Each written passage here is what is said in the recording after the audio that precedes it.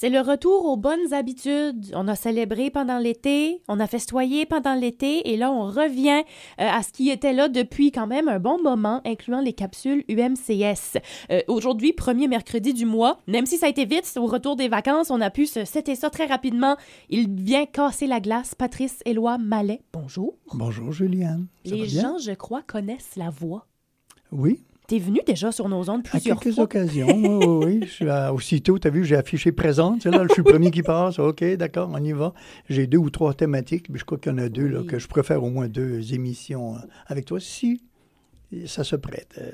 Moi, je suis volontaire. T'es volontaire, merveilleux. On va lancer l'invitation du côté de l'UMCS. On va jaser aujourd'hui onomastique. Oui, bon, on va parler de toponymie, mais il faut que j'explique toponymie, là, bon, c'est de la science des noms qu'on appelle l'onomastique.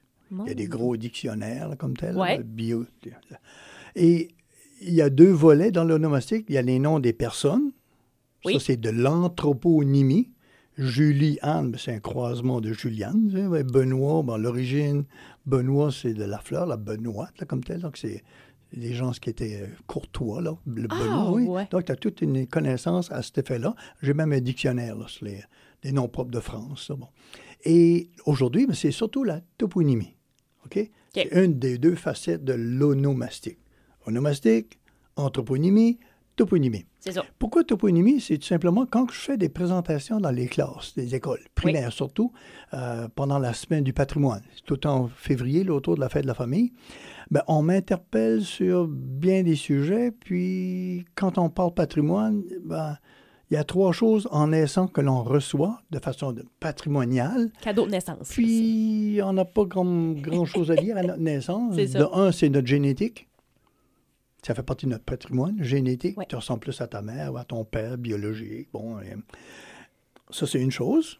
La deuxième chose, c'est qu'on te donne un nom de baptême. Oui. OK? Encore là, Patrice Éloi. C'est ma mère puis ma tante Angéline qui n'ont pas pu se décider. Puis ça fait un prénom composé. Bon, ça fait... On hérite de ça. Okay. Et le troisième, c'est tu viens d'une telle localité. D'une ville, d'un village, d'un DSL qu'on appelait les districts services locaux, des hameaux en français, ou bien des lieux-dits. Ville-village, c'est devenu des municipalités régionales, notre dit, donc bon. Il y a encore village Blanchard, mais ça, c'est une erreur, là, comme tel, parce que c'est pas être un village.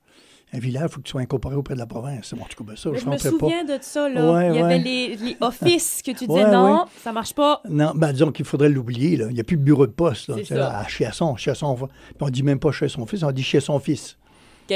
Ben oui, de père en fils, c'est des Chiassons, là, depuis c'est le fondateur, là, bon. Ben, là, Abraham Chiasson. Mais si je reviens sur l'élément de toponymie, on te donne donc une génétique, un nom et d'une localité. Oui. Les villes et villages sont devenus des municipalités. Les DSL, les districts services locaux, le terme français, c'est des hameaux. C'est que c'est habité. Exactement. Il y en a encore tout plein. Oui. Et les lieux-dits, c'est pas donné à tout le monde de savoir. C'est vraiment typiquement de la place. Là. Comme moi, à Chipagan, je suis un petit gars de Chipagan, en face, il y avait toujours la pointe à peinture. Ben ça, c'est les locaux qui ça. C'est des chalets qu'il y a dans ce coin-là. C'est du côté de Savoie Landing. OK.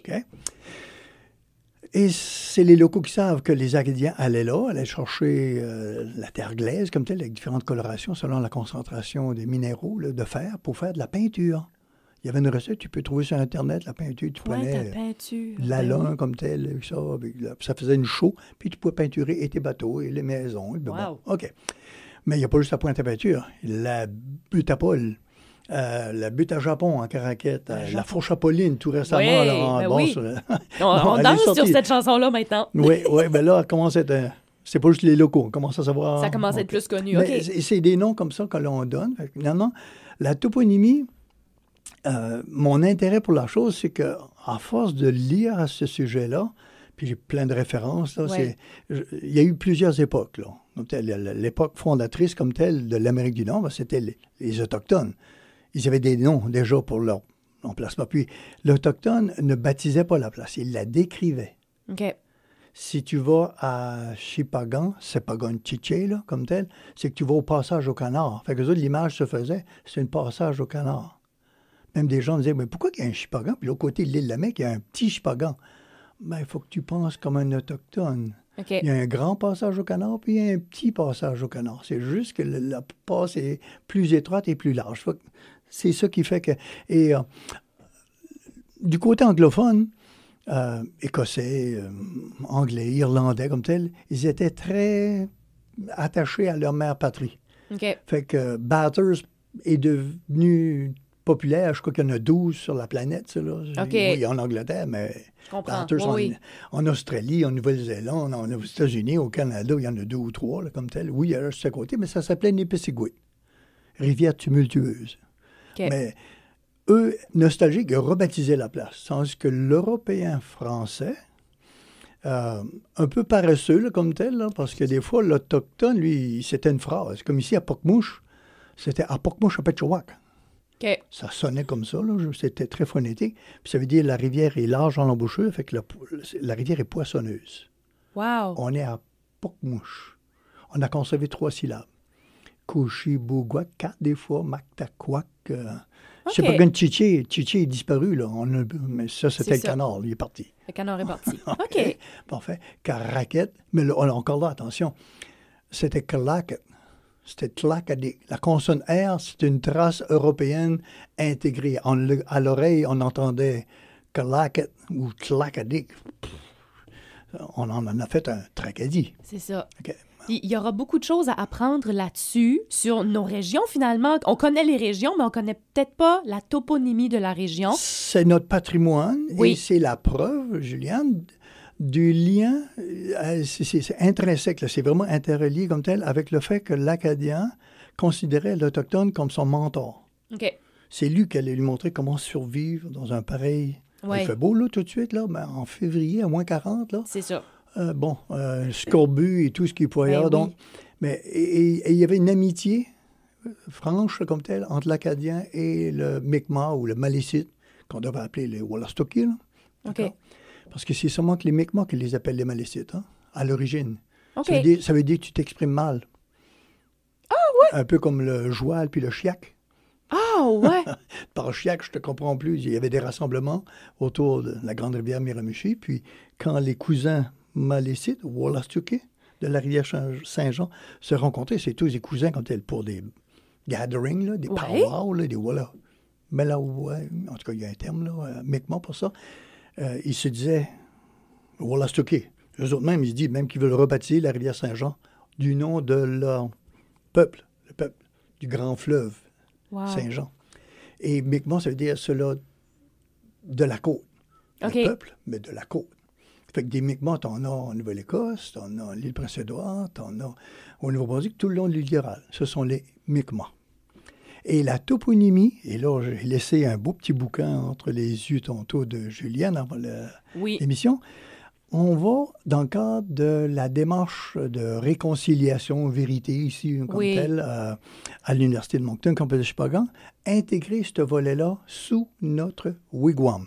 Parce qu'on parle ici du projet Arboretum. C'est ça, exactement. Ouais. L'Arboretum, puis là, ça fait partie d'une autre émission, ça fait partie d'un campus vert. On veut être carboneutre d'ici 2040, 2035, ce qu'on peut. Donc, tout ce qui peut être économie d'énergie, éolien, solaire et tout ça. Et aussi, la vérité et réconciliation, on veut pas juste lever un drapeau, là. On veut poser des gestes concrets. Absolument. Et l'Arboretum rentre dans l'exercice. Avec des arbres, et pas juste en latin, en français, un mélèze larissant. De quel arbre? Larix laricina, en latin. Mais nous, les Acadiens, on appelle ça un violon. OK. Bon, la belle affaire. C'est ça. Il y a 3 noms. En anglais, il y a la même chose. Finalement, on a aussi comment est-ce que c'était prononcé en Mi'kmaq et quel usage qu'ils en faisaient. Fait qu'on a cet exercice-là. Mais là, on vient d'ouvrir la parenthèse de l'Arboretum, qui est une autre émission.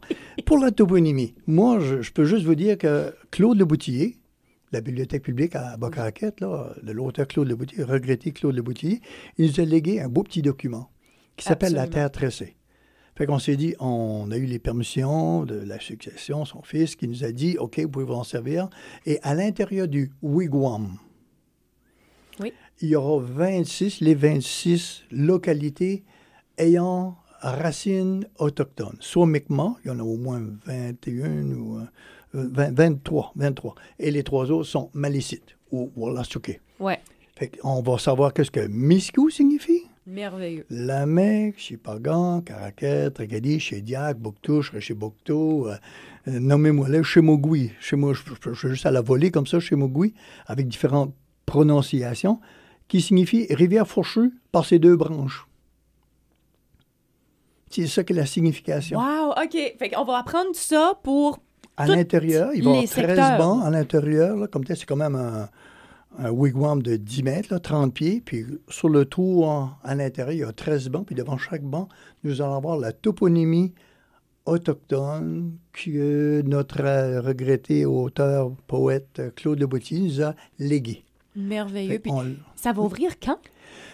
Le vote, disons que là, tout de suite, on avait comme prévu fin septembre, mais là, avec la volonté d'avoir, le recteur tient absolument à y être. Oui. Bon, OK, donc le chef aussi, là, Avery Paul d'Escaloupillage.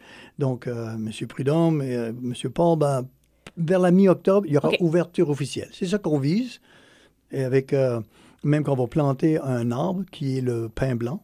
Et symboliquement, le pin blanc, c'est l'arbre de la paix. Wow. Fait à l'inauguration, on aura déjà fait le trou d'avance.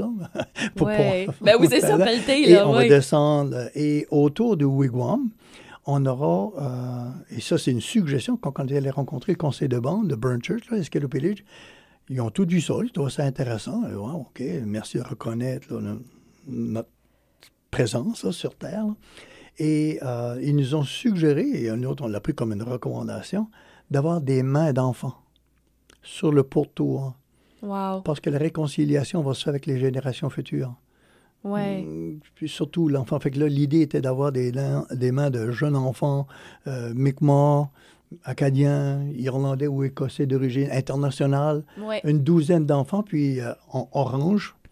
Every Child Matters. Hein? Donc la couleur est comme reconnue là, de plus en plus. Fait que sur le contour du wigwam, on a déjà toute une symbolique bleu et or, le passage au canard, le drapeau Mi'kmaq, mais il y aura ça lors de l'inauguration, séance tenante, live. On va en faire un beau geste, pas juste symbolique, là, concret. Direct, là. Du lien comme tel qu'on veut rebâtir parce qu'on a bien des choses qui nous ont empêchés de continuer à se côtoyer. Maintenant, on parle anglais, nous autres, on parle français. Déjà, il y a comme un mur qui s'est créé. Là. Ouais. Donc, on va au moins avoir les rudiments de la langue, puis on va faire les kwek-kwek pour dire bonjour. Et on va avoir plein de belles choses à apprendre. Ça va être vraiment un incontournable, je pense. Pas juste pour le tourisme, là, pour les gens d'ici, d'aller là, puis d'aller apprendre ces choses-là, d'aller faire le bain de culture. Ça va être merveilleux. Exact. La volonté, puis quand on va chercher des fonds auprès des instances fédérales provinciales, on fait toujours miroiter l'élément touristique. Oui. Mais de fond, c'est la communauté. Ça va venir chercher les gens. Quand on y va, là, comme tel, on s'approprie notre patrimoine, notre histoire, nos liens ancestraux avec les communautés autochtones. Puis ce sera là, on pourra lire et s'approprier. Puis oui, le touriste va finir par comprendre, là, comme tel, qu'est-ce qu'il y a dans les alentours et le pourquoi. Ouais. C'est des gestes là, très, très palpables, comme tel. Quand tu arrives là, tu comprends des choses, puis tu les ressens. Là, comme absolument. Tel, ouais. Bien, il faudra qu'on se fasse une autre jasette pour parler arboretum de façon peut-être un peu plus complète, mais merci d'avoir venu casser la glace, débuter presque l'automne avec les chroniques UMCS. Patrice Éloi Mallet, merci beaucoup. Le plaisir est encore pour moi. Puis 10 minutes, mais je me semble que ça passe tellement vite. Je suis pas mal sûre qu'on a fait plus que 10 minutes. Oups! Excusez, pardon.